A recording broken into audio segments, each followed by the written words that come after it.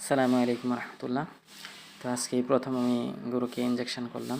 তো আমিও একজন অনভিজ্ঞ লোক, এর আগে কখনো করিনি। তো আমার এক ভাই গরু পালন করে, ছোটোখাটো খামারি বলতে পারেন। তার 5টা গরু আছে।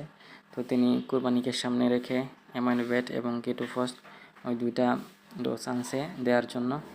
তো আমি বলছিলাম যে ভাই আমি টুকটাক দিতে পারি, এই জন্য আমাকে বলছিল যে আচ্ছা আসেন দিয়ে যান। তো তো আমি গেলাম, যাওয়ার পর কথা বললাম, পরে আমি ইঞ্জেকশান নিয়ে তারপর ওই প্রথম গরুটাকে দেখতে পাচ্ছেন স্ক্রিনে, ওটা দেওয়ার চেষ্টা করলাম। তো ওইখানে হাড় থেকে পাঁজরের হাড় থেকে লেজের গুঁড়া পর্যন্ত মাঝখানে যে জায়গাটুকু ওটা হচ্ছে গভীর মাংস।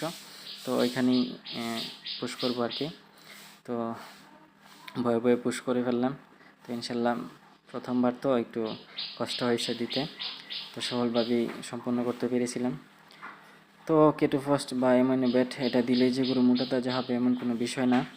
এগুলা স্বাস্থ্য বজায় রাখে বা মেটাবলিজম যে সমস্যাগুলো থাকে এগুলো পূরণ করে। মনে করেন গরুকে প্রচুর দানাদার দেওয়া হচ্ছে কিন্তু মোটা তাজা হচ্ছে না, তার মানে তার কোনো না কোনো দিকে হয়তো ঘাটতি আছে। তো এই 2টা ওষুধ দিলে তার ঘাটতিগুলো পূরণ হয়। তখন যদি খাবার দেওয়া হয় তাহলে শরীরের স্বাস্থ্য ধরে। তো পর্যায়ক্রমে সবগুলা গরুকেই আমি ইঞ্জেকশান দিই। আসসালামু আলাইকুম।